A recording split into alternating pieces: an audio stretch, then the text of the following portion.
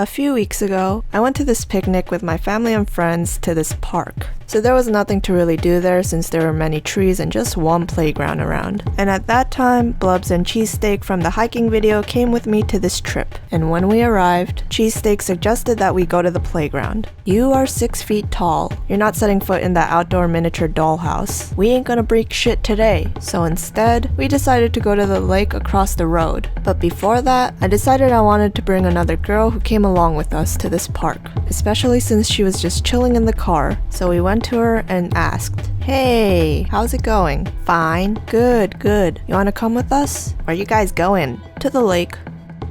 Ew. Why did she even come here? Right? So we crossed the road to enter the trail, which led to the lake. And once we got there, the view was beautiful. Gorgeous. A now I've seen it all type of view. And because it was so breathtaking, I decided that maybe we should go around the whole lake, since there was nothing else to do. Okay, yeah sure, why not? So I took out this old radio of mine and we just walked for about 10 minutes. In the span of 10 minutes, we were connected with society. You could see people fishing or just enjoying the view. After those 10 minutes though, we were completely disconnected. It wasn't even a lake anymore. We entered the beginning of a marsh. How does that happen? I have no idea. Maybe the music was just that good that we just got lost in it. So deep. Anyways, that whole area was brown, and we just assumed that it was just a phase of the lake, which it was. But we still were gonna circle this whole thing either way, cause we dedicated like that. The ground was a little mushy, but it wasn't much of a problem. There was this stream that we had to cross, but the ground around that area was super squishy, and none of us wanted to get our feet more dirty. So after looking around a bit, I came back carrying this tree, and their reaction was probably the same as yours. A tree? The fuck? It wasn't one of those massive trees, cause I ain't that brolic. It was just one of those dead thin ones laying around. I threw it at the stream, but it wasn't enough. So the other two got more tree pieces, and then we were able to cross, but just barely. This is how much mud got on each of us after that. So it turns out that wasn't the only stream that was there.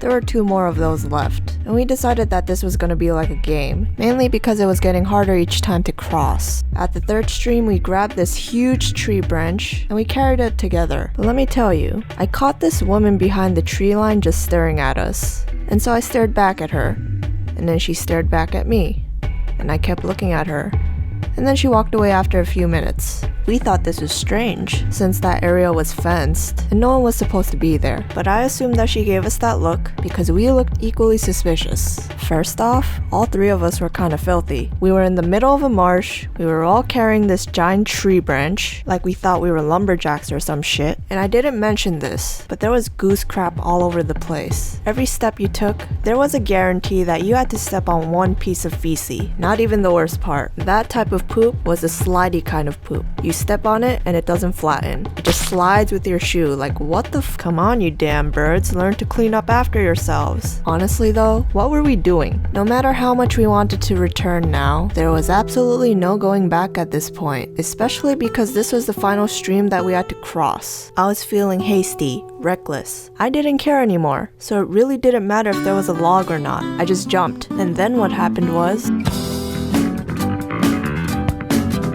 So yeah, I fell in the marsh that was like 3 feet deep. I didn't say nothing, because there was nothing to say. I was stuck inside the ground where it's mixed with mud and geese poop / diarrhea. And then I realized what my current situation was. I thought if I stayed there any longer, I might start to sink. So I climbed upwards to the drier part, but they were both yelling something while I was trying to get out of the mud. Your radio! You forgot your radio! I just gave them this look. Oh yeah, I should just go back and drown. You guys are the best. My Adidas Tiros, gone. My phone, gone. My beautiful shoes, gone. My sanity, long gone. And you're asking me to go back 3 feet under to get that old-timer radio. Are you fucking kidding me? Looking back, I probably should have apologized. I'm sorry for my attitude and for leaving you there, my precious radio. Needless to say, after looking at my mistakes, they were hesitant to jump. I'm not exaggerating when I say it took them at least 30 minutes to find a way to get across. They literally walked around the whole border, just in hopes to find the thinnest part of the stream. game. Meanwhile, I was just yelling the whole time for them to just jump, to which they responded, Nuh-uh, you crazy. You're only sorry you got caught. "What's that even supposed to mean? Just jump already." She sounds like she's promoting suicide.